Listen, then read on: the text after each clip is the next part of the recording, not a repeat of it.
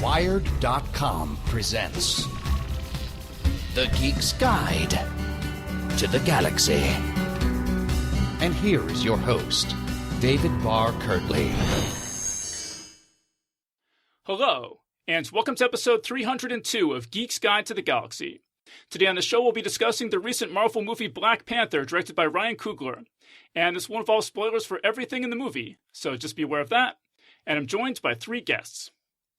So first up, we've got Evan Narcisse.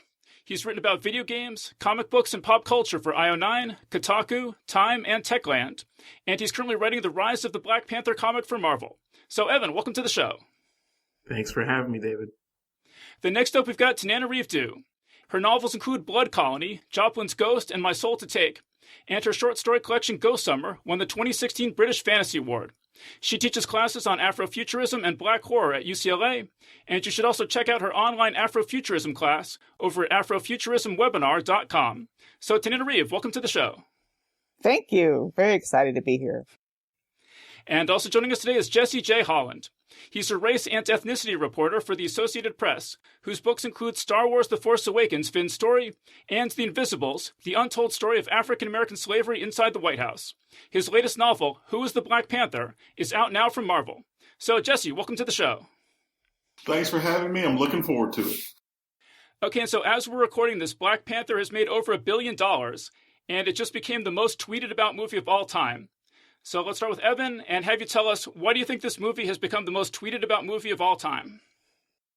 I think there was decades of anticipation on parts of certain parts of the fan base in terms of people who love Black Panther. You know, some of us have been waiting for this movie for decades. Some people have been waiting for it for a shorter period of time, but with an increased passion driven by seeing what Marvel has accomplished with their cinematic universe. So you know, I feel like there was people who just couldn't wait for this to happen. There's a lot of tweets about the background of the character, you know, interesting tidbits about Wakanda and T'Challa, stuff that people didn't necessarily know. So there was people generally getting each other hyped up for the movie, and I feel like that became something like a perpetual motion machine that basically took on a life of its own. I feel like Disney itself didn't have to market the movie as much as they would have maybe some other adaptations, because the fan base was already energized and hungry for this. Yeah. How about Tananarive? Do you want to add anything to that about why there's so much discussion around this movie? Yeah, I'm kind of a latecomer. I will admit I may be the only one on the panel who was not a comics reader per se. I was the typical new Marvel fan who came in through the Iron Man movies, and I've always been a big Iron Man fan. But I have to say there was nothing like the level of excitement I felt when T'Challa, and even, you know, Florence Kasumba and the Dora Milaje were first introduced in Civil War. It was like, yeah, I had gone to all the movies and I enjoyed them, and the Avengers that was good.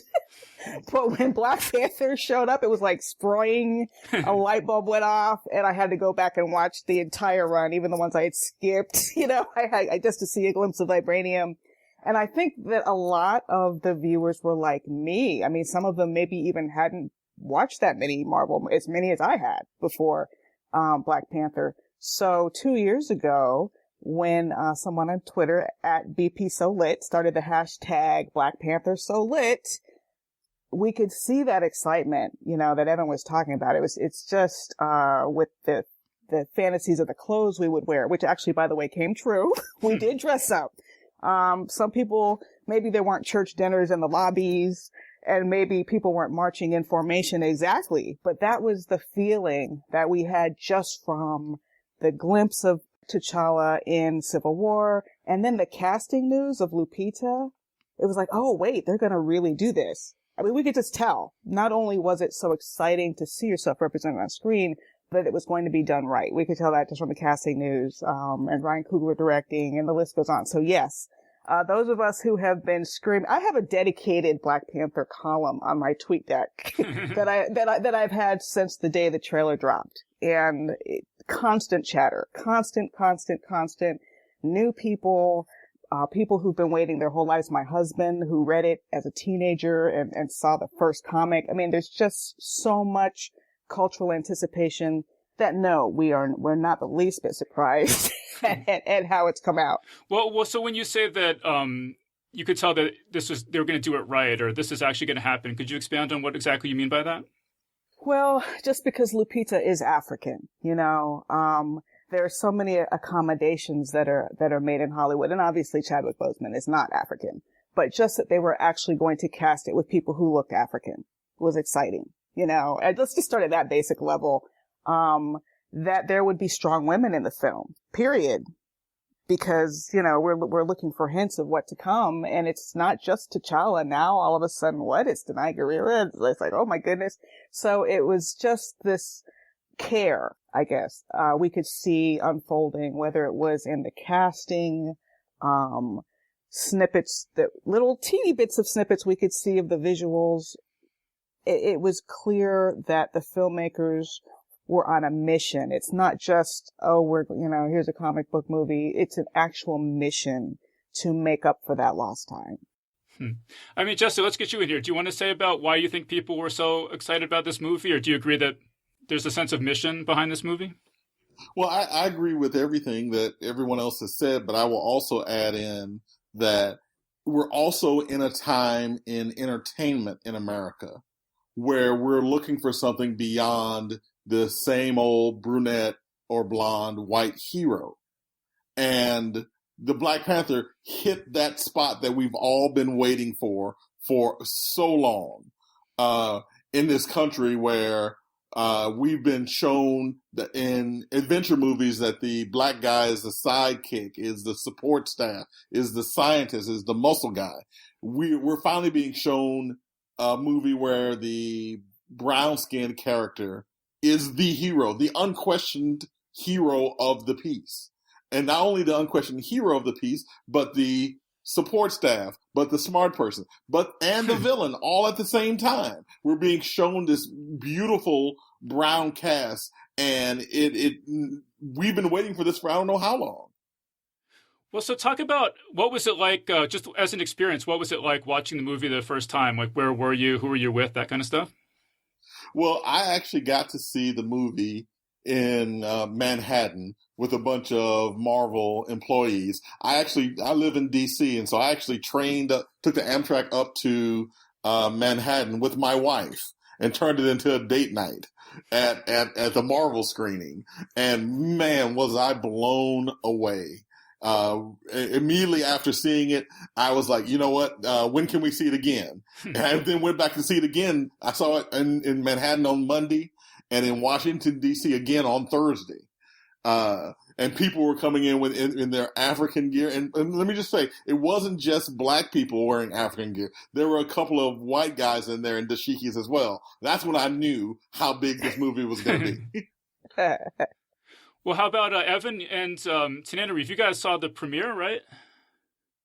Yes, I'll jump in first because I can barely contain myself. I'm literally grinning from ear to ear just thinking about it. So out of the blue, I got a tweet from a reporter for another publication, Anthony Bresnikan, who said, yeah, you may have plans. Would you like to come to the premiere? And he invited me to the Hollywood premiere just because I'd been tweeting about it.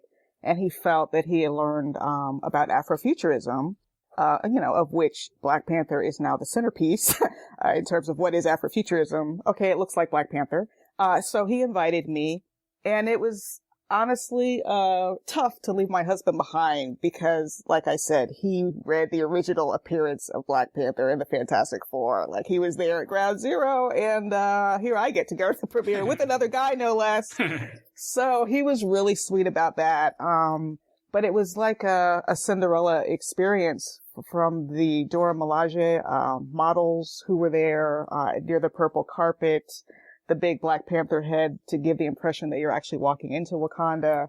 And then after locking down my phone, so I couldn't take a single selfie, literally having conversations with Ava DuVernay and all these, Issa Rae, like exchanging words with all of, not just Black Hollywood though, all of Hollywood seemed to be there. I didn't see Evan, unfortunately, but David Oyelowo and, everybody was there. Everybody was excited. Saw Stan Lee wheeled into the theater. So that it's just like this snapshot of history that he got to see, this film that was so important to him personally.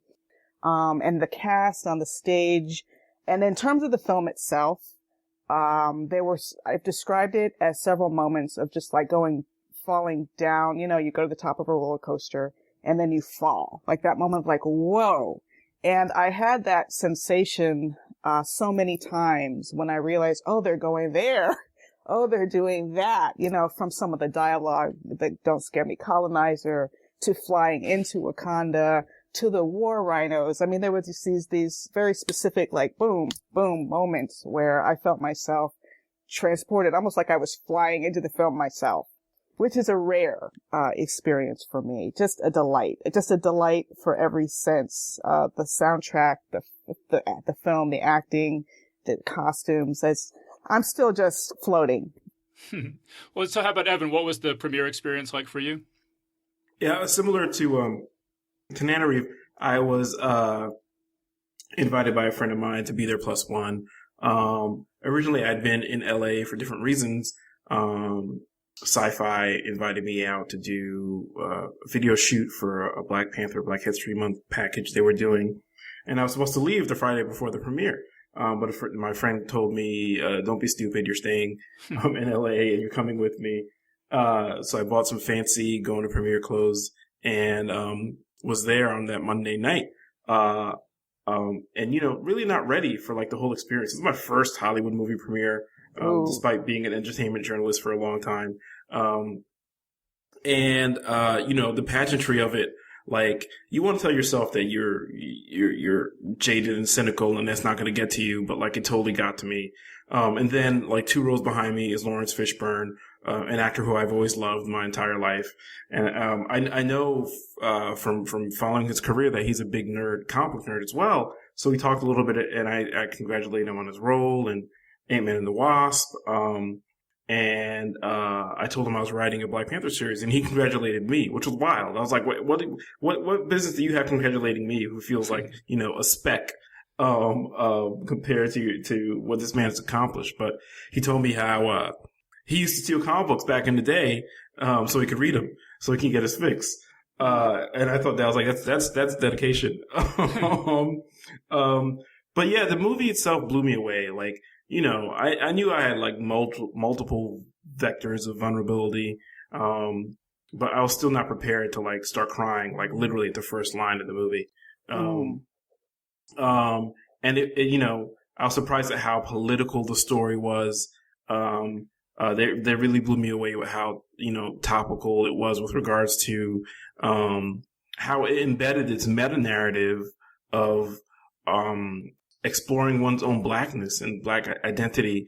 That was basically the text of the movie. I mean, there was a whole superhero stuff and royal intrigue, but it was basically about, okay, this man doesn't have a connection to his past and look what it's done to him. Talking about Killmonger, of course. And T'Challa's own connection to his past is not necessarily what he thought it was. And he has to figure out how to move, resolve those tensions and move Wakanda into the future. So it was really amazing. But the best part for me was, again, another bit of happenstance. Somebody I knew at Marvel was not going to the after party and let me use her wristband to get in. And that's when, like, things just kicked off to another level. Like, I got to talk to Don Cheadle and Donald Glover. But most important to me was getting able to run down some of my favorite comic book creators who worked on this character. So I got to talk to Christopher Priest, who's like an icon of mine, the first full-time black editor and writer at Marvel and DC, who wrote a legendary run of Black Panther comics that started in 1998. I gave him a big hug. I was holding back tears, and I've met and interviewed Priest before, but you know, I feel like I probably scare him at this point because there's always so much emotion that comes out when I talk to him. But I talked to him. Dennis Cohen, who was an artist who did a series, I want to say in 2007 with Reginald Hudlin, a Black Panther series, and who was one of the founding creators of Milestone Media. a legendary imprint of multiracial superheroes. I got to talk to people like him, and seeing them there in that moment, right when this runaway train, when a runaway vibranium train was about to take over the whole world, was really amazing. Like, it was good to see actual comics creators be part of that moment. And myself as a newbie comics creator, which is so weird. I don't include myself in these kind of things because in my head it's still so new. But it felt like good to be somebody who's contributing to the lore of this character, being able to be there. Well, right. Why don't you say a little bit more about your own role as a comics creator? How did that come about, and sort of what have you done so far? Yeah, so I'm a freshman comics creator who's coming out with some really advantageous timing. I'm writing a series called Rise of the Black Panther for Marvel Comics, and I like to say that it occupies the same notional space as a movie. It's basically T'Challa deciding to introduce Wakanda to the world and what happens when the world finds out. So while there's some similarities to the movie, I also like to say that I got to use all the toys, so in issue 2, I get to have Namor the Submariner show up, and he's a king and T'Challa's a king, and they kind of get to butt heads and then team up in classic Marvel style. Issue 3, the Winter Soldier shows up, and there's a little bit of espionage in that issue.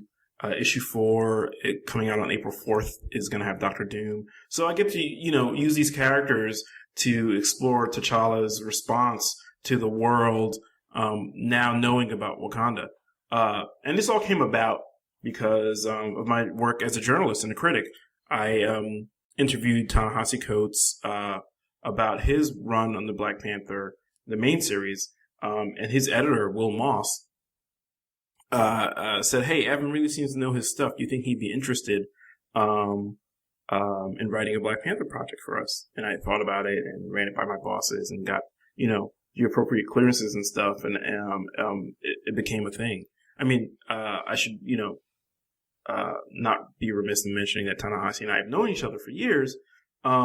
But I feel like it was really when I sat down with Will Moss at Marvel and talked about my ideas for the run where he decided to give it a shot. Yeah, that's really, really cool. And I mean, Jesse, you're also doing an officially licensed Black Panther story, right? You want to tell us about that? Yeah, well, I wish I could say I'm part of the comic book side of the Panther, but I'm on the prose side. So I ended up writing the first adult prose novel for the Panther, which is called Black Panther, Who is the Black Panther, which is a retelling of the 2005 Reginald Hudlin origin for the Black Panther. I've been writing for about 10 years now, but I started out writing in creative nonfiction. So in 2016, I had written a book called The Invisibles, The Untold Story of African American Slavery in the White House. And I was lucky enough that an editor at Lucasfilm Books read The Invisibles and she loved it. So she called me in 2016 and said, "Hey, Star Wars The Force Awakens just came out. And there's this character called Finn in the movie, if you haven't seen it. And we need somebody to write a little bit for Finn's background." And so she called me and she asked me would I be interested in doing this. And I told her, of course, I love Star Wars. So I ended up writing for Lucasfilm Books the book Star Wars The Force Awakens, Finn's story. So just as soon as Finn's story came out, I get a call from Marvel, and this is still in 2016, and they say, "Well, yeah, we just read Finn's story and we love what you did with it. And there's going to be a Black Panther movie coming out in a couple of years. And we want someone to take the Black Panther origin and write it in prose form and update it from the Reginald Hudlin series from 2005. And would you be interested in doing this?" And of course, like being a long-time comic book guy, I've been reading comic books since I was 5 or 6 years old. I immediately jumped on it and I said, I would love to do it. And it's immediately set out to get to work because I actually had a tight deadline on the Panther novel, which ended up being somewhere between 85,000, 90,000 words. They wanted it turned around in about 6 months. So I immediately had to get to work and get on getting it done. But it was such a great joy to do, because I had all of the Panther comic books already in my basement. Marvel even offered to send me some stuff for research, and I told them, never mind. I already got them in my basement. I'll just pull out my boxes and pull them out the Mylar covers and just read them again. So it ended up turning out to be a pretty great project. Well, yeah, and that deadline does sound really tight, but it sounds like you're really busy with all sorts of stuff, right? So it's not like you could even just devote yourself full time for those 6 months to this book, right? You had to juggle a bunch of other things, I'm guessing. Oh, of course. I still work full time as a journalist for the Associated Press. In fact, the only reason why I'm home today is because of the 7 inches of snow outside my house right now. But no, I do most of my writing at night, and so that meant that I had a few sleepless nights getting it done. But the final project, I'm just in love with. Yeah. Well, so Tananarive, you mentioned that Black Panther is an example of Afrofuturism. Could you just talk about the new movie in terms of how is it Afrofuturism? Yeah, absolutely. It really is the portrait of Afrofuturism. Really, now you can call it the Black speculative arts movement, as some people do. It's the science fiction, fantasy, and yes, horror of the African diaspora. But it's not just literary. So Afrofuturism is both movement and art forms in terms of music, like, let's say Sun Ra. Miles Davis had some jazz fusion that I would consider Afrofuturism. Janelle Monáe is very much an Afrofuturist. George Clinton, of course, with the Mothership. If you look at Beyonce and the imagery in her, especially her Grammys performance when she had Lemonade, that's like, oh, goddesses, myth, part future, part past. And really always about the present. So what we're doing is pushing boundaries, but most importantly, populating ourselves in both the past and future. So when you look at even the Black Panther trailers, you could see the Afrofuturism bursting out the screen, because here you have this sort of very rustic, traditional, looking, and traditional costuming, say, juxtaposed with what looks like a flying spacecraft. And the technology to hide Wakanda and the sky parting, and that kind of stuff. So it's the futurism and the tradition, because there's been so much erasure of not just, say, an African American presence, but an African presence in history. That's why in envisioning the future, we also have to claim and gather and collect the past and bring that with us too, which is what was part of what was so exciting for me. So yeah, I've been teaching Afrofuturism at UCLA, for a couple years now. And horror is a subset of that, with some very different aims, but it really is Black artists expressing, frankly, their inner geek, yeah, we get to be in the future. We get to be, we're inventors. We're scientists. So Shuri is like, yes, that's Afrofuturism. There was a fake Wired cover, that an artist, does anybody know the name of the artist? Cause I'll have to look it up, but there's an artist on Twitter, who did this fake Wired cover of Shuri, on the cover as sort of leading into the future, which she absolutely does. And it's so important, for young Black people. When you see people buying movie theaters out for kids, a lot of people have never heard of Afrofuturism, or they like science fiction, but there haven't been enough programs or movies, or they thought literature that included Black people for them to even consider that such a thing existed.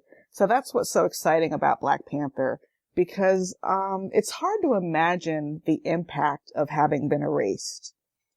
Early science fiction films, obviously made in the 50s, pretty much excluded Black characters. And if there were Black characters, then you could sort of cringe at the kinds of roles that Black actors would get in the 40s and 30s and whatnot. But in science fiction in particular, we just weren't present. I mean, famously in the original Star Wars, which has been remedied. But, go back to 1977.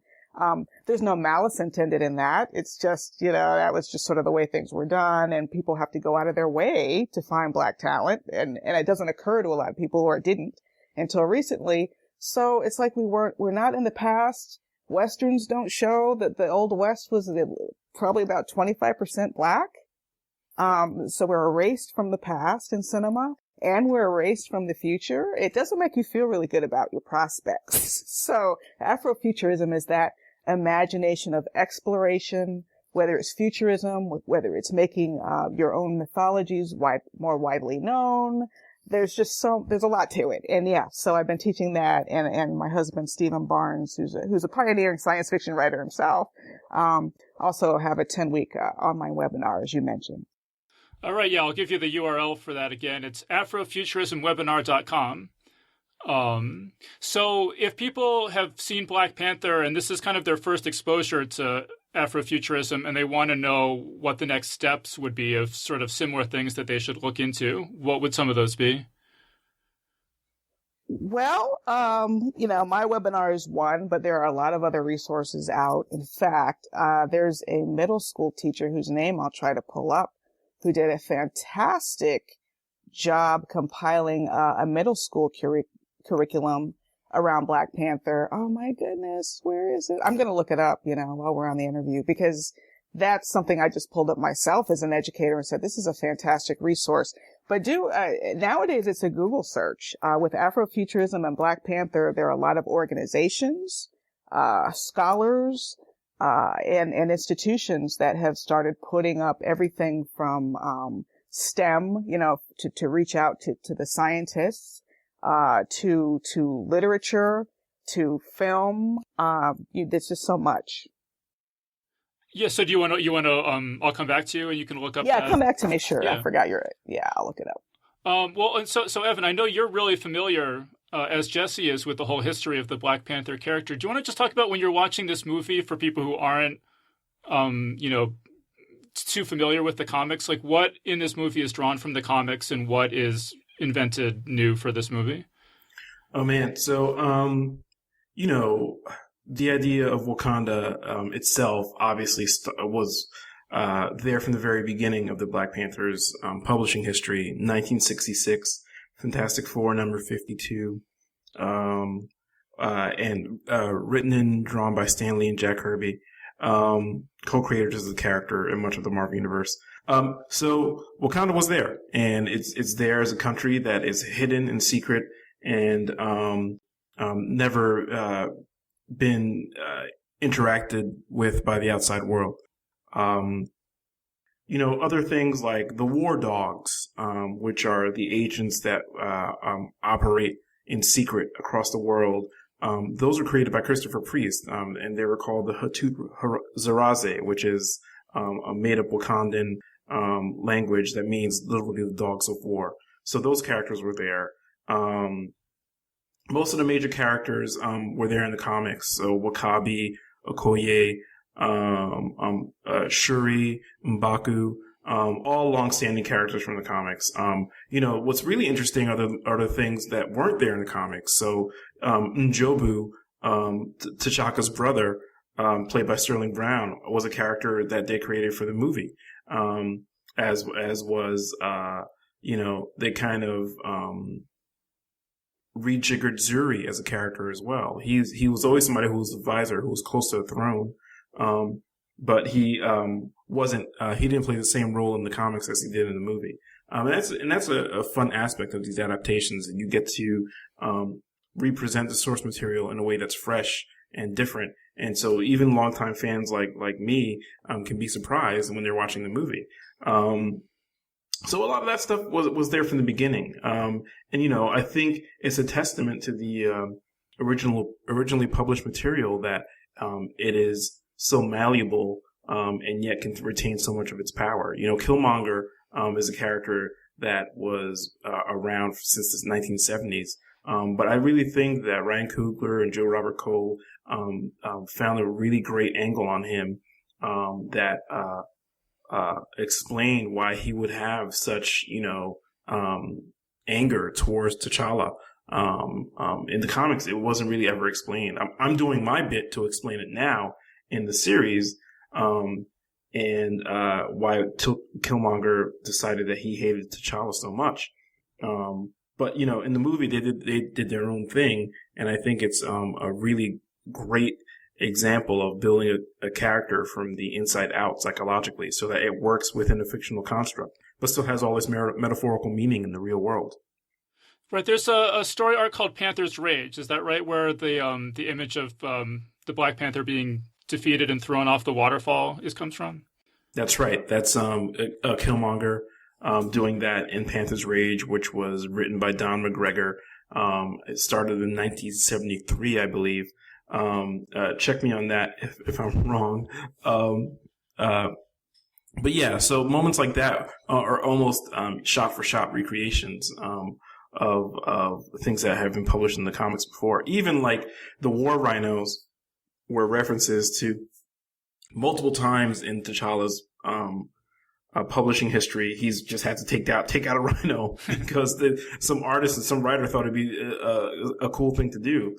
So to see that show up in the climax of the movie was really great. It's like, oh, even the little throwaway things they nod to and gesture at, and so that's great.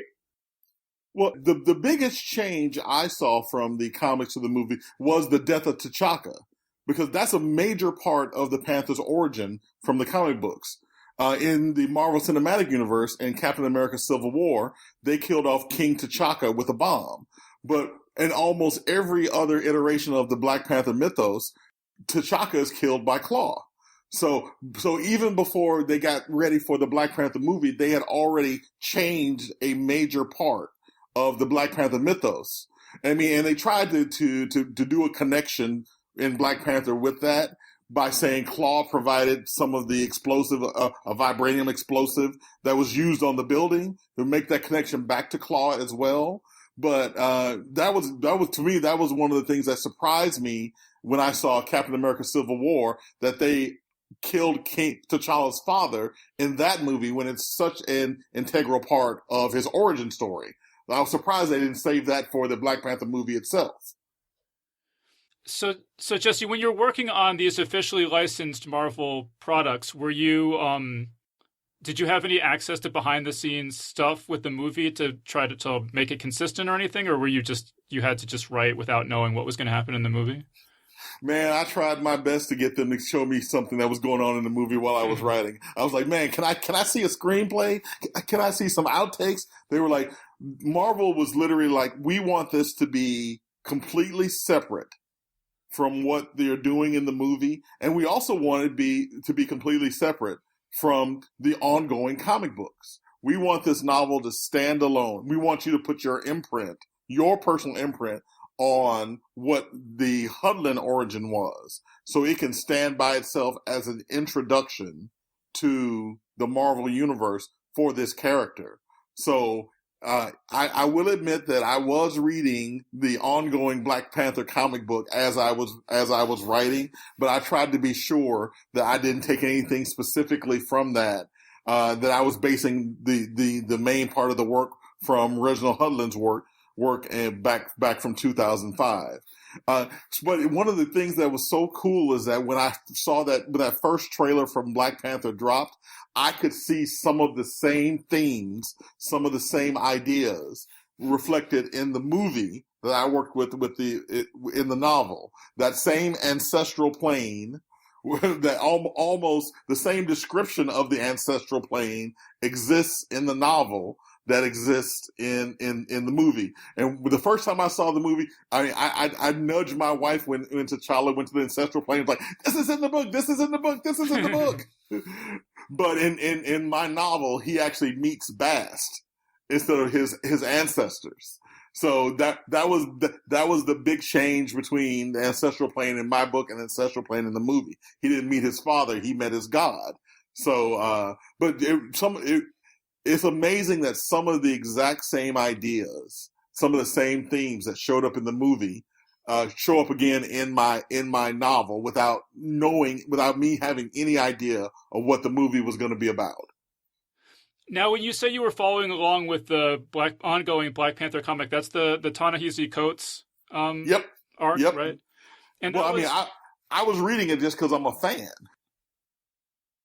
yeah, and that was that I got the impression that arc influenced the movie. Is that correct? Well, I mean, I would say that they pulled from several of the great writers to pull the movie together. From Coates' writing, from Don McGregor, from Christopher Priest, from Reginald Hudlin. I mean, he had the entire breadth and width of the Panther mythos to work from, and he pulled several of the great ideas and great scenes from everywhere and made it fit into one seamless narrative. Yeah, some of the stuff from Ta-Nehisi's run, like the Kamoya beads, are something that he and Brian Stelfreeze came up with together. I think Ta-Nehisi largely credits that to Brian. Brian Stelfreeze, who was the artist of the first major story arc on Ta-Nehisi's run. Other stuff like the Dora Milaje obviously come from Christopher Priest, and those ideas evolved under different writers as well. So yeah, it's funny what Jesse mentions is like, when you're working in parallel with different creators who are approaching this character and this mythos at the same time, it's parallel, but it's walled off, right? Like I didn't know anything about what was happening in the movie, while I was working up, Rise of the Black Panther.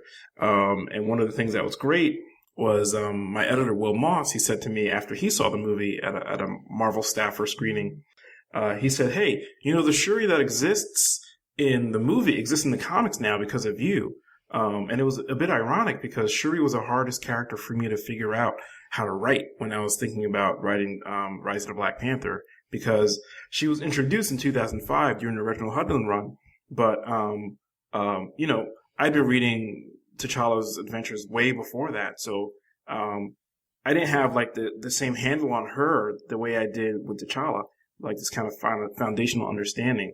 So finally, the place where I landed was, well, if your brother just became the king and was walking around acting all high and mighty, you'd have to mess with him a little bit, a bit of sibling rivalry. So I combined that with the idea that while she wasn't going to be queen right away, she would still be close to the throne and have access to all this top secret information. So I said, let's make her a little bit of a spy, an intelligence operative.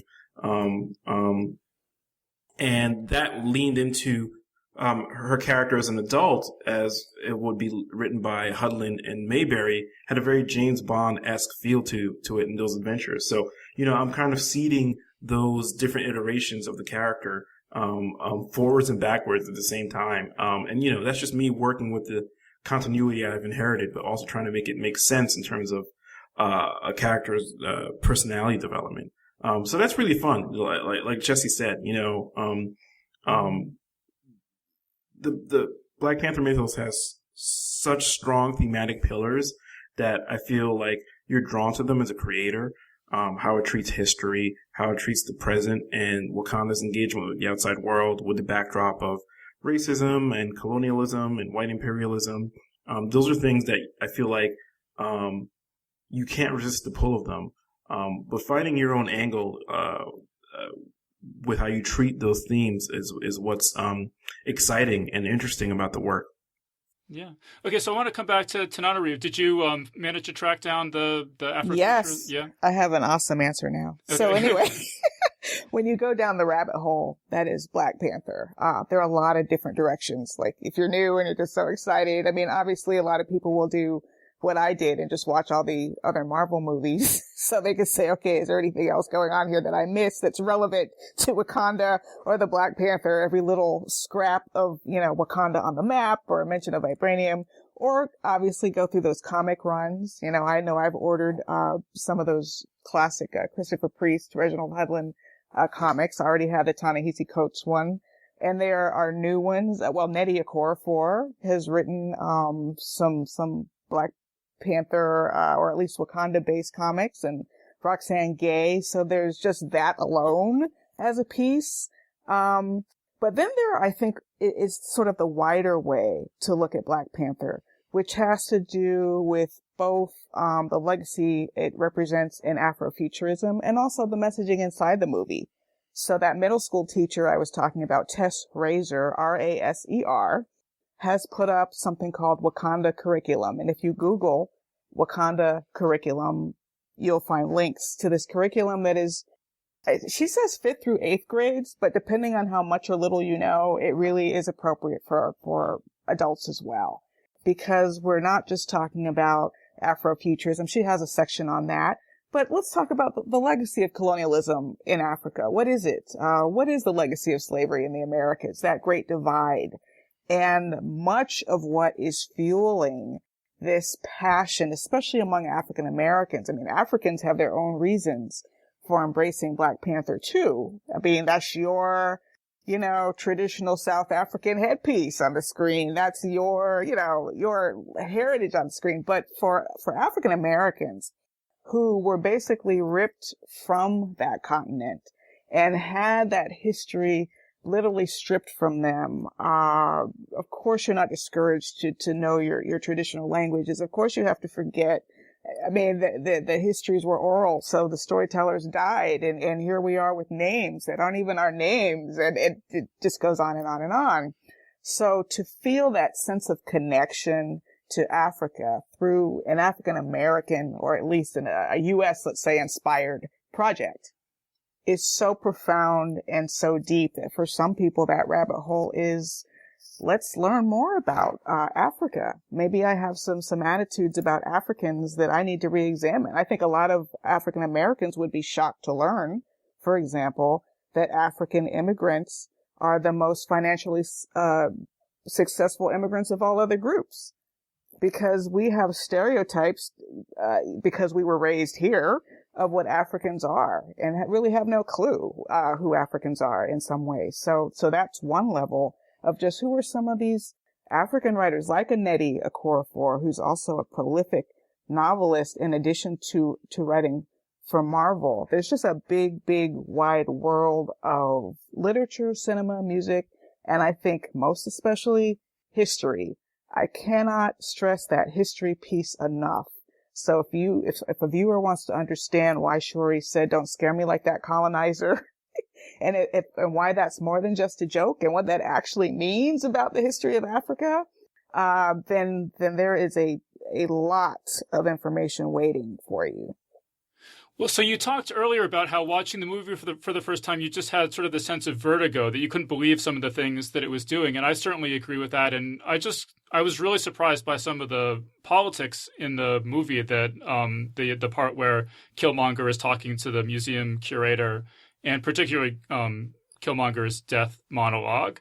I just had my jaw on the floor that they could put that in a movie. They got away with putting that kind of stuff in the movie like this. It's like, oh, we're talking about that. That definitely was the museum. I'm so glad you mentioned that, because even from the time the trailer was released, and I could see those artifacts in the cases, I knew where they were going with that, or at least I hoped I knew. Because those are stolen artifacts, and there are peoples around the world still struggling to get custody of their own history again. From these large museums. So you're right. The fact that was actually vocalized in the scene, and he's being profiled because he's made the reference about how he'd been followed around, which is such a universal African American experience, especially. There was just so many little moments seeded in, or one of my favorites was Okoye, Denai Guerrera, having to wear that terrible wig when she was trying to blend in the scene in Korea. And not just that she looked so bad. That could have been just a visual gag, and we could have moved on, and a lot of us would have gotten it. But they made even more of it. She's like, it's a disgrace.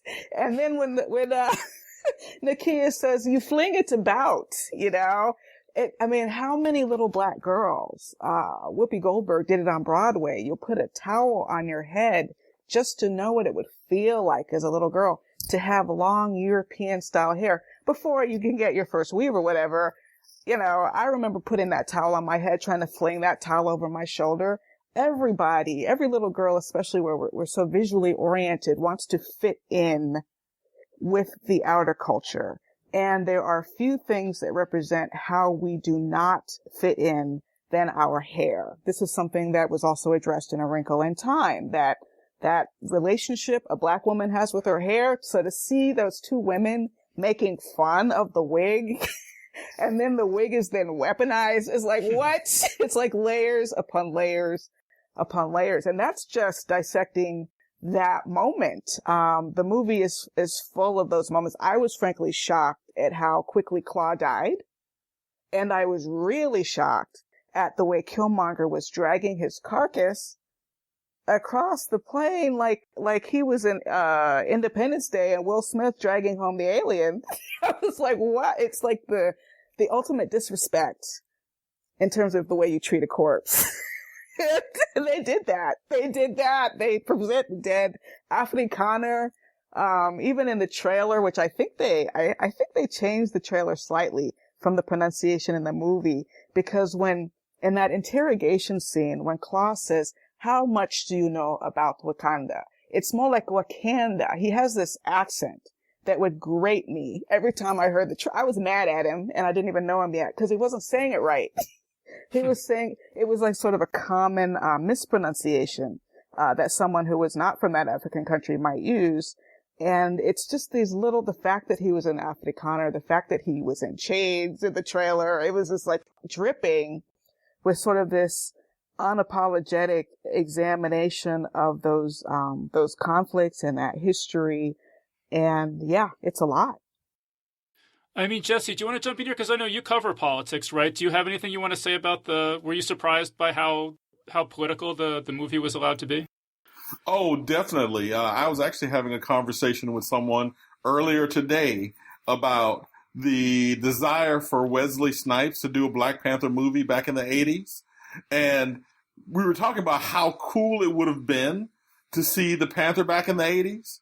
But I mentioned that I was so happy that they didn't do it because they wouldn't have been able to put those same politics that we saw in this movie on screen in the 80s.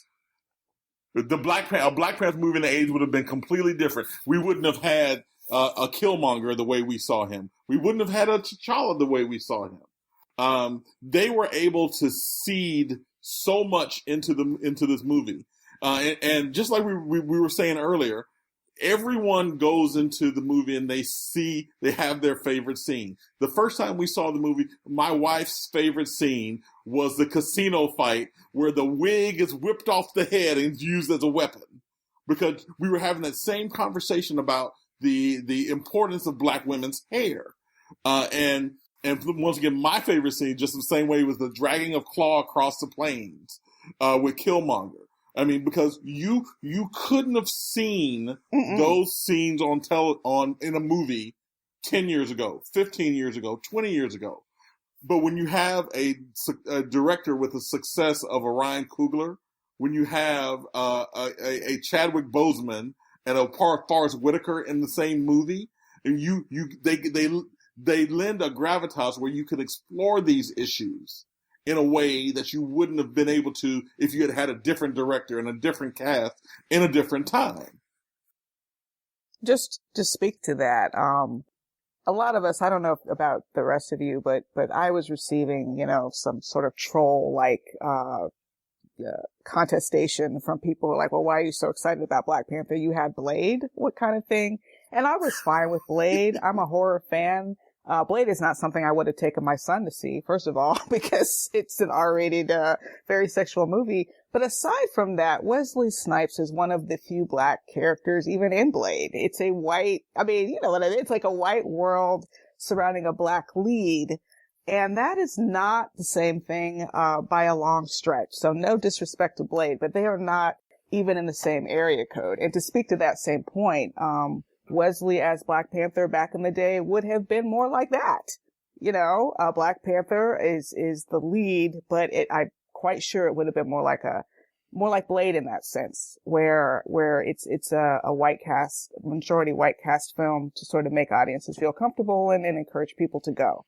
So the fact that one of the two major white leads was killed, or what, not even a lead, one of the two white characters was killed off so quickly, leaving the entire responsibility to represent whites on the shoulders of Martin Freeman, who had to be told to do everything, by the way.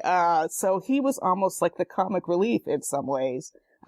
Although he does have a heroic moment when he's piloting, the ship with Shuri's help. But it's a very heroic moment. And I know some viewers wish that moment had gone to someone else because they were feeling like, well, why do we even need him in the movie at all? Because they're just so excited to have a black cast. But it was very surprising in that sense that they were willing to trust the direction of the screenwriters to cast and write it the way they saw the story, rather than that traditional fear that if you have too many black folks in a movie, white audiences won't go. I mean, there are a lot of reasons that doesn't apply here, including Marvel. But let's just remember that legacy, because I've been pitching in Hollywood for a long time. I've been pitching genre in Hollywood for a long time. And there have been a lot of blank faces when you pitch black casts. I have been to that meeting where the executive says, do the characters have to be black? And back in the early 2000s, I was told that film companies basically on their slates might have one black project per whatever, let's say quarter. And black project to them meant Denzel starring in a mostly white film. Like A Man on Fire is considered a black project by old Hollywood. So he's black, so therefore that's a black project. Never mind that I don't remember who else was in the cast who was black. But you see what I'm saying? That's the mindset Hollywood was in. It feels like the day before yesterday. I mean, when you talk about it couldn't have happened 15 years ago, 10 years ago, it feels like it couldn't have happened 5 years ago. I don't know if that's true, but it just feels like Black Panther has both helped create the moment, but is also enjoying the moment that has been in kind of a slow creation for a long time. So do you anticipate having a much different experience pitching stuff in Hollywood in the wake of Black Panther? Oh, I know it's different. I mean, even frankly, starting with Get Out, with Jordan Peele's Get Out, I could see a difference. But I think the difference here will be phenomenal. Just as an example, this is sort of an anecdote. This is not a pitch, but why not? If you're listening, I have an African Immortal series, and it's been in and out of film option for decades, since it first came out. It's been at Fox Searchlight. Actor Blair Underwood had it for a long time and got some real headway with it, but it just never quite happened. And ever since that time, conventional wisdom said, if you want to do a black genre story, meaning it's not in the hood, it's not familiar, you're sort of educating as you entertain, then you want to keep the budget low. Even when it was at Fox Searchlight, we knew good and well that would be like a $10 or $15 million movie. So we've written spec scripts trying to keep it at that level, about $10, $15 million, a small kind of a love story without breaking out into the wider world of the Immortals and where they come from. But now the producer's shopping it. It's like, what I'm hearing is they want bigger. They want more like Black Panther. So that scope changes from that $10 to $15 million range to something more like a $30 million range or even more. Not that and I'm not saying it's happened, but I think it will happen. And this is one of those things where, I'm out there pitching and I'm out there trying to make my footprint. But I'm also a fan, so I'm loving the fact that even before Black Panther opened, you had writers like Victor LaValle, has his Black horror series in progress, and Nnedi Okorafor with HBO, and George R.R. Martin has her series in development, and Matt Johnson has his series in development, and they're just, frankly, just so many of my friends. Nalo Hopkinson, Brown Girl Begins, Black Fantasy. So many people I know are already getting that traction. So I can't, this is a mountain, rather a stone that's been rolling down the mountain, gathering strength and speed. And I definitely expect Black Panther to make that continue. Well, you mentioned Get Out, and could you just tell the story about Jordan Peele planting himself in the audience in your class? I just think that was so cool, because it's really like the trifecta. I think you have Get Out, a year later, almost to the day, you have Black Panther, and then you have A Wrinkle in Time saying, this is the time for Black speculative fiction. But Jordan Peele was sort of that real first whiff that this wave was coming. And I was so excited by Get Out, which I love. I just thought it was such a brilliant way to discuss race relations that I said, let me break out this film from my Afrofuturism course and make it more specific, a horror course. I call it The Sunken Place, Racism, Survival, and the Black Horror Aesthetic. And I am always on Twitter, always. So I was tweeting about writing the class and looking at, because it's Get Out as the way to sort of be a linchpin, but it's really exploring, okay, what other Black horror movies have there been? What other Black fiction? So I was just tweeting happily about all the fun I was having creating the course. And Evan saw my tweets and he wrote a story for IO9. And the very same day, not even the day, like within like a couple hours, it feels to me like the story came out. Monkey Paw Productions, Jordan's production company, followed me on Twitter, and being no fool, I knew that once someone follows you, you can direct message them. So I was all over that in terms of, hey, can Jordan come to the class? And not even 2 hours later, Jordan Peele himself DM'd me and was like, that would be so funny if I snuck in. Ha ha. So from like day one, he was really, I thought it was him. I don't know. Sometimes people run other people's accounts, but it felt like he seemed really excited by the idea. And sure enough, weeks later, he came out to the campus. I kept it a complete secret from my class. They had been watching and studying Get Out, starting with Birth of a Nation, like sort of for the interracial context of Get Out, and stories by W.E.B. Du Bois. So they were really primed and poised. And I had them watching the scene in Get Out where Rose, I'm sorry if you haven't seen it, people, but it's been out a long time. Rose is not going to give Chris the keys to escape. You think she's an ally. That's the time she shows her hand and she dangles those keys and she says, you're not getting these keys, babe. And my class is completely triggered by that scene. So they were rapt, talking to the screen, the whole experience. And there was Jordan Peele. He had snuck into the back row while the lights were down. He was wearing a hoodie and a baseball cap. Nobody knew who he was. So when I put the lights up, the class is still unaware. And I said, okay, what do you think the director was trying to say about the coveting of Black bodies? And he raised his hand. I said, you in the back. And he started to say, I have a question. And he stood up and these slow waves of recognition sort of rolled over the class where they started to realize who he was. And it was pandemonium. One student left the room to pace the hall because she was crying. And I have to say, it's not just because he's like this famous guy they had seen on Key and Peele. It was because they had been studying this film. And they were really giving him the honor of someone who created a masterwork. And he's in our presence, and he created this great masterwork that encompasses so much. And he's standing right here, and he answered their questions for the whole class. And they asked really smart questions to the point where when he talked about it on Stephen Colbert, he talked about how smart the questions were. And he came back again. The second quarter. That was not a surprise. So I opened it up to some film students and both classes, and Vanity Fair also came. So it was more part of the Oscar campaign, whereas the first one was completely spontaneous.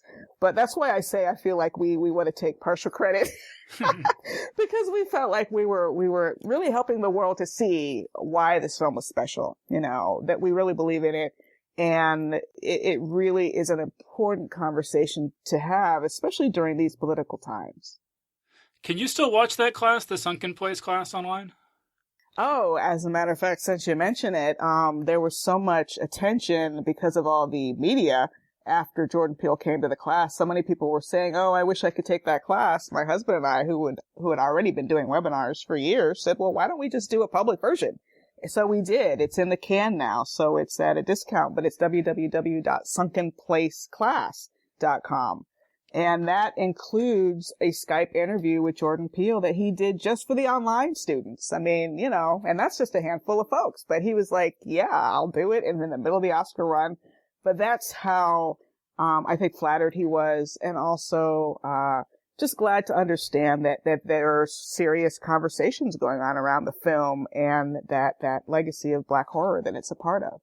Yeah, that's so cool. I want to get Evan back in here. I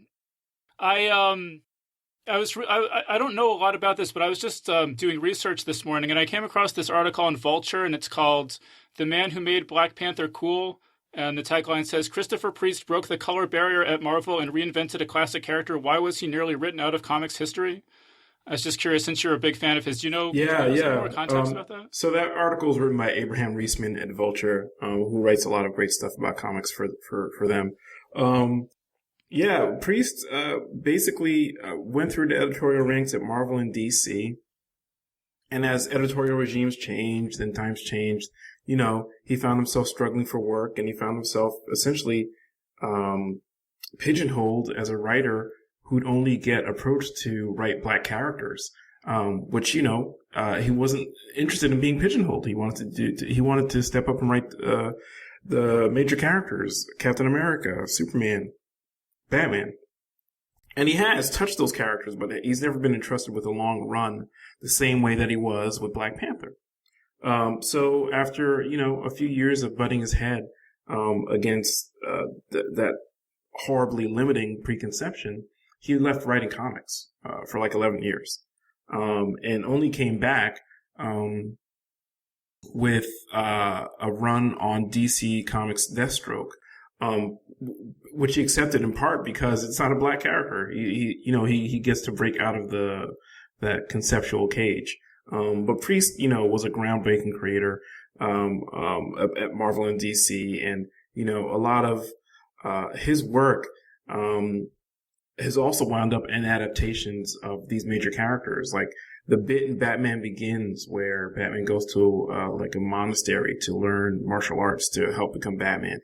That was seeded in stuff that Priest wrote back in the 1980s. Luke Cage being a major character in the Marvel Netflix series is due in part by work that Priest did on Cage. Priest changed his name at one point of his life. Previously, he was known as Jim Owsley, and as Jim Owsley, he wrote Power Man and Iron Fist, which is a team up of Luke Cage and Danny Rand. And he gave the character a lot more depth than it had before. That makes it more fertile for other writers to pick up on and then get adapted in a TV show. So, but the thing that Priest did on Panther was, he told us that everything we knew about the character, was facade. The character didn't have a caretaker for many years, almost 2 decades after, Donald McGregor, did his Panthers Rage series and other stories with T'Challa. The thing that happens at these companies is unless somebody is championing a character, they don't get the spotlight. They don't get developed. And that's what happened to T'Challa. He'd show up in various one-off appearances and would kind of be, not as interesting as he was in his own environment, in his own book. He'd show up for a team up with Daredevil, and then kind of, okay, we'll see you again in a year or so, or maybe. T'Challa didn't have a caretaker. So as those years passed, he kind of became a vanilla character. Boring, a very kind of cookie cutter, idea of nobility. And Priest basically blew all that up. He said, well, you know that this man comes from the most technologically advanced country in the world. Why is he running around in a suit with no weapons, no technology? And why is that tethered to the idea of some kind of boring nobility? Let's give him gadgets. Let's give him a complex moral kind of conundrum to continually be dealing with being the king, keeping his country safe, but also at the same time, coming from a culture where the rules of engagement are very different. And they're different by virtue of having to, be secretive and, warrior, centric. So Priest basically built out the kind of thematic architecture for, the Black Panther and Wakanda in a way that, had never been done before. And like the headline to Abe's piece said, he made him cool. He made him attractive and seductive, and complicated. None of the stuff that is happening nowadays, whether it's Ta-Nehisi's main title, the miniseries I'm writing, the movie, none of that happens without Priest. His career, I think, is continually one of the most underappreciated, tenures in professional comics. Well, when you're talking about T'Challa having all this responsibility and everything, that makes me think of this quote I came across. This is from a Black Panther writer named Al Ewing. And he says, Spider-Man struggles with the rent. T'Challa struggles with world economics and geopolitics. I know, Jesse, do you want to take that one? Like, is that a challenge writing T'Challa when there's such big forces at play? Well, the great thing you run into with writing T'Challa is that you can deal with issues that you don't get to with the street level heroes. Because like you said, T'Challa isn't worrying about the rent. He's worrying about whether Latveria is going to invade. He's not talking to Daredevil. He's talking to Namor, and he's talking to Victor Von Doom. You get to deal with these worldwide crises and issues that you'd have to force a Spider-Man into, that you'd have to force a Daredevil into. You can deal. I mean, the great series Doom War, dealt with Black Panther at war with Doctor Doom. I mean, you can't really do that with a Spider-Man. You can't really do that with a Batman. So you get to deal with these macro level issues with Panther, that you wouldn't with several other characters. And you get to do this all from an Afrocentric point of view, which is such a cool thing about the character, that you can take Wakanda and say, okay, how would the United States of America really respond to a country like Wakanda once they found out it exists? A country that doesn't want anything America has to offer, that can't be bribed, can't be bought, and has stuff that the United States wants. How would we treat them? And that's something that the type of world politics, that's something you can't really do with many other characters, and which makes it a joy to write. Were there things that you did in your novel, do you think, that you wouldn't be able to do without your background reporting politics? Oh, well, I mean, I think my background in politics gave me just another angle to exploit. Because I mean, I've been in the Pentagon, I've been in the White House, I've been inside the Capitol Hill, and I know how those places work. So I could give a really good guess at how the Pentagon would react to the existence of a Wakanda. How the White House would really react to the existence of a Wakanda. Frankly, they probably wouldn't talk to them. They probably would ignore them completely and pretend like they didn't exist until they could figure out a way to overthrow the monarchy in Wakanda.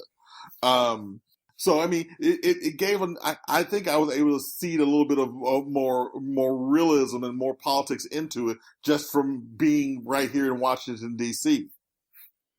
I mean, in the Black Panther movie, the way that the CIA agent interacts with Wakanda is fairly benign, right? Do you think it would actually be more fraught than that?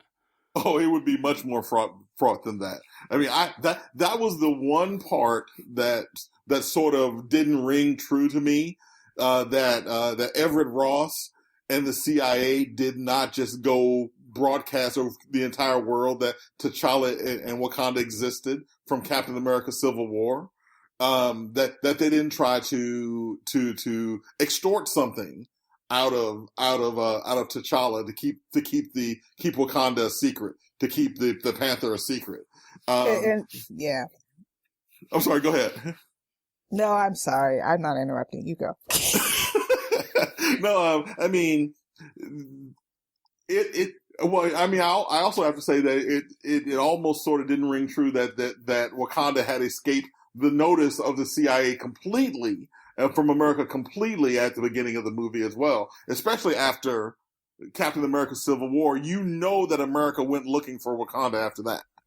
I mean, even if they didn't know it existed, they knew it existed. They knew that they had more than what T'Challa and T'Chaka had been telling them, simply from Civil War, simply from the fact that the Panther existed.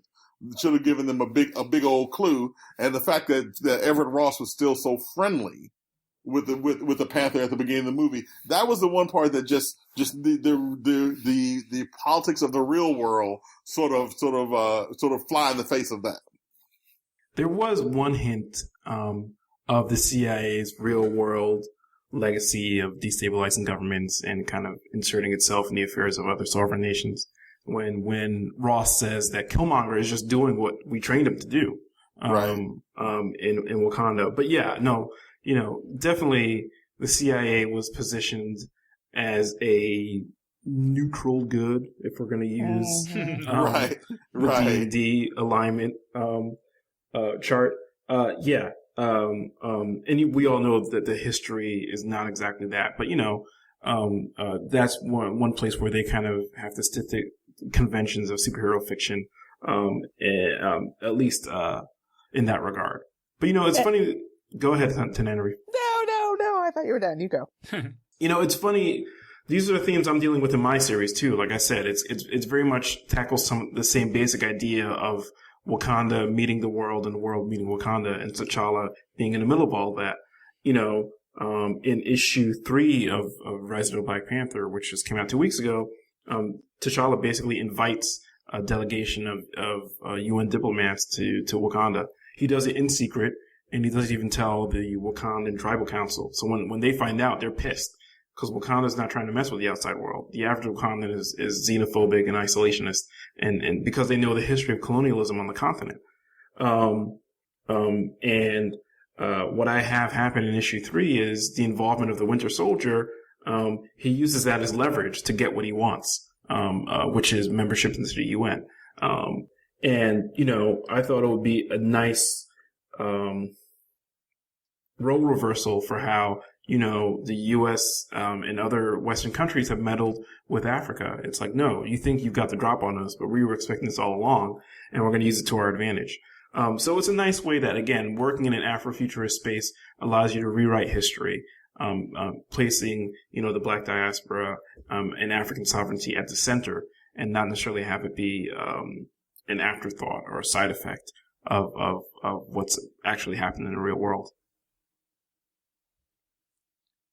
I mean, Tananarive, seems like you have something you wanted to add? Well, on the CIA specifically, it's the one thing I wish, if I could just sort of change that, it wouldn't be the CIA. I get why it is, and it was set up, obviously, that this character was in the CIA previously. It makes sense on a story level, but for people who know history, especially blacks who are somewhat wary, say, of corporate Hollywood to tell their story, having the CIA involved as sort of an ally and in such a benign way is kind of like, aha, this is enemy action. So there were some people, who were highly, highly political, well-versed in history, who will get popped out of the bubble just on that basis. It's like, why can't you, and then, so that's the one thing that I would change. And of course, there's a lot of discussion about Killmonger, and we haven't talked a lot about Killmonger. This conversation about whether there should have been some sort of a retribution and vengeance. And so many people on Twitter that I follow added Killmonger to their Twitter nicknames. Killmonger's bae, Killmonger's wife, Killmonger was right. And he really strikes at the heart of a sense of frustration, of the helplessness that so many Black populations really worldwide have been subjected to under colonialism, under slavery, this understandable anger at being left behind, that this character personally feels, but culturally, this deep sense of frustration at helplessness, and whether striking back and how you strike back is the answer. Which, there's been a lot of water cooler conversation around it. My husband and I looked at him and said, okay, he has a lot of lofty ideas about liberating Black folks from around the globe, but let's look at his actions. And his actions were very off-putting in terms of his treatment of women, his girlfriend, the elder, burning the garden. This is not, to me, a leader, right? This is not a leader. I can understand why everybody feels that he's tragic. I felt he was tragic. I'm in tears listening to his speech about bury him with the ancestors. I totally get why there is so much excitement around Killmonger. And also I think is a very important conversation, not whether, if we had Wakandan technology, should we go bomb everybody? but how you can take that frustration and take that desire to liberate and use it in ways that are both possible and productive. One of the conversations I've had over and over about Killmonger is his talk about liberation, but his actions were that of a conqueror. So, I mean, everything he said was the right thing. Nothing he did was the right thing, though.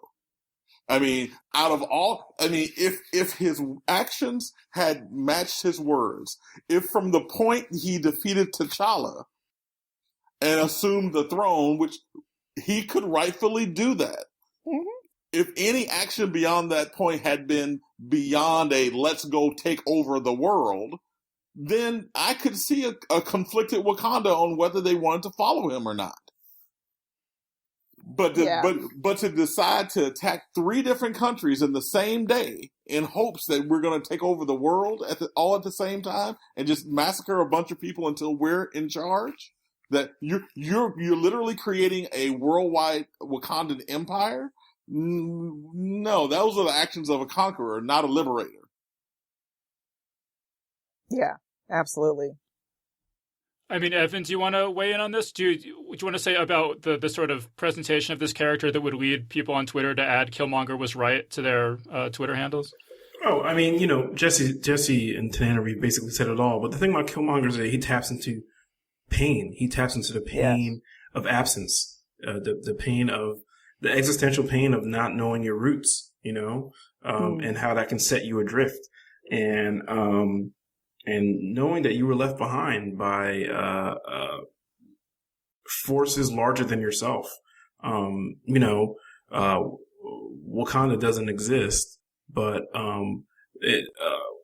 Killmonger manages to home in on a sense of rootlessness that is very resonant for people in the Black diaspora all over the world. Even if you're on the African continent, there's no way you don't know the way that interventionism has shaped your life, and that's something that is almost universal, I think, for Black people all over the world. It's one of the ways that the movie works so well as a piece of superhero fiction, because superhero fiction operates on a larger than life scale. It's aspirational. It shows you the best of humanity, the worst of humanity, the complexity of humanity. And, the fact that Killmonger is a character that makes you feel, that pulls you in these 2 polar opposite directions, I think is a great way to execute what's good about speculative fiction. Yes. Let me ask you, there's a line in the movie where one of the characters says, "In times of crisis, the wise build bridges while the foolish build barriers." Now, I don't know how long ago this movie was conceived or the script written or anything, but it's hard for me not to see that as a commentary on Donald Trump's wall. Do you guys agree with that? I would agree. Yeah, I think so. I don't know. I don't know for sure. I mean, not knowing when the script was written, I mean, that is literally a saying. So it wasn't created for this current political climate. So, but it just seems apropos at this moment, doesn't it? I don't know if that's an actual African proverb or not. I feel like I've run across folks saying that it is. But it's the kind of truism that you want your political leaders to have, right? And whether, the thing about Donald Trump is that he's only reheating, he's only warming over rhetoric and execution of white supremacy's past, right? So you didn't need Donald Trump to exist for a line like that to have resonance. Whether he was president or not, it would still resonate. It resonates more deeply now that he's president, and he's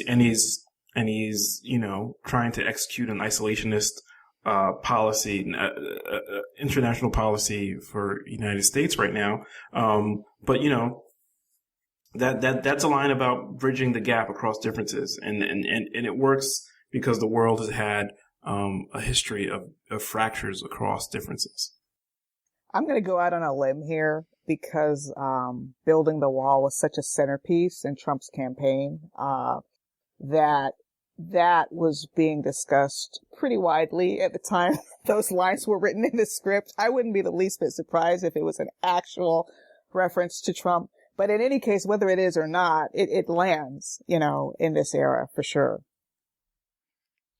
Well, Evan, when you're talking about the history of white supremacy, I was reading this. There's a book about the history of Black Panther I read. It's called Black Panther: The Illustrated History of a King, by Dennis Culver. And he talks about there have been parts in the comics where Black Panther battled the Ku Klux Klan and apartheid in South Africa. And I was just curious for your take on how effective were those story arcs. It's funny. To address that, something I've been saying for a while now is that we all know the superheroes that are the major recognizable ones. We all know that they have this core nugget of their heroic identity. Superman is the ultimate immigrant story, right? He lands in Kansas, gets raised as a human being, and winds up representing the best ideals of humanity, even though he's technically an alien. Batman's about surviving trauma and making yourself into something stronger and more formidable, and trying to find empathy by making sure that nobody suffers that way you did. With T'Challa, the core of his heroic identity is very much premised on an anti-colonialist response. Stanley and Jack Kirby were two middle-aged Jewish guys in the 1960s who, didn't necessarily have thoughts about African sovereignty at the fore. But, even in their kind of relatively unsophisticated mode of creativity, they hit on this idea that a place in Africa that was never colonized, never discovered, would have symbolic power. Quote unquote discovered, I should say. Then it becomes T'Challa, from his very earliest stories, becomes a character where you can address racism, institutional racism, and personal racism. He becomes a character where you can talk about the legacy of European interventionism on the African continent and why it's messed things up. I think it's something that a lot of Black superhero characters have been used to deal with, sometimes in heavy-handed ways, but I think some of the best examples of those stories were told with the Black Panther. I mean, Jesse, you said you read all the Black Panther comics, right? Do you want to add anything there? Well, yeah, and I have to say that as a longtime reader, that's one of the frustrations and also one of the joys of reading the Black characters as written in comic books, that they do deal with some of the issues that are going on currently in America, whether you're talking about Rage and the Avengers and the idea of being the token, same way they did with Sam Wilson. And you have the issues of apartheid and racism being used with Black Panther. But the frustration comes when that's all they use these characters for. That's all you see. That would seem to be the only reason why Rage existed during his run in the Avengers, so they could talk about this one issue with this character, and after that issue is resolved in that storyline, the character's useless. The same way you can say the same thing about Triathlon and the Avengers. They use him to do that same token racism story and membership story, diversity story with the Avengers, but after that story is resolved, it seemed like the character is sort of forgotten about. So it's great to see those stories explored with Black characters in comic books, but that can't be the only thing you do with them, or they truly do become the token characters. The great thing about Panther is that his stories have been about more than just the race story that they want to tell at that moment. You've also get the stories of family and royalty and international politics. But unlike some of the other team African or minority characters in other teams, it seemed like those race stories were all they did with them. Well, when you're talking about family and royalty, I mean, one of my very few criticisms of this movie was that I had a little trouble believing that this such a technologically advanced, sophisticated society would still be sort of this hereditary monarchy that has the trial by combat to determine who the monarch is. And I think it's sort of a theme in the comics, right? That they're kind of moving away from that. And how does Wakanda transition to a republic? I don't know, can you say more about that? Yeah, Ta-Nehisi is dealt with that in his first story arc, which was called A Nation Under Her Feet. And it was very much about like, okay, we're the most advanced country in the world. Why do we still have a monarchy? And does T'Challa still want to be a king? And if so, why? I think, part of it is the idea of tradition. The way I always describe what appeals to me about T'Challa is that he's a character who stands at the crossroads between tradition and modernity. He's got this long, glorious past of his ancestors who've kept Wakanda, sovereign and safe and hidden. And he obviously wants to extend that tradition. But in order to extend that tradition, in my series, he has to break it, right? He has to decloak Wakanda because he feels like that's ultimately what's going to be best for Wakanda, and to hold on to some of what they've represented and what they've been. So I think things like that are traditional are hard to let go of. Even when we know that the world has evolved around us, things like that can be tough to let go of. And it's part of what you have to have the character reckon with his own past and how to evolve it. And I feel like, the trial by combat is a piece that they didn't address, but my favorite scene in the movie is when he goes back to the ancestral plane the second time and he talks to his father and he says, "Why didn't you bring the boy home?" And he asks Zuri the same question before he goes back to the ancestral plane. Like, I was led to believe we had this glorious history, that we were always, noble and just. And you have to confront the fact that no, governments don't always work like this. There are moral, tough moral decisions and sacrifices that have to be made. I like to throw in sort of a note of thanks to Ryan Coogler in this film. In its depiction, really the film almost could have been called Wakanda as much as Black Panther, because of the generous sharing of screen time between T'Challa and Okoye and Nakia and Shuri, especially. But also we get Angela Bassett, who is like our queen in Black cinema. This is to me, it was a love letter to women as much as it was to the heroism of T'Challa and Black Panther. In some ways that as a woman, I just found so stirring beyond the wig thing, the warrior aspect of the Dora Milaje, bringing out all of the best of what had come from the comics, Shuri and the Dora Milaje. We had seen a glimpse of it in Civil War with Florence Kasumba as Io, Move or Be Moved. And gentlemen, I don't know if I can express how excited we as Black women were just for that one line of dialogue. I had a colleague say, I don't know if I can go to work tomorrow after Io said that.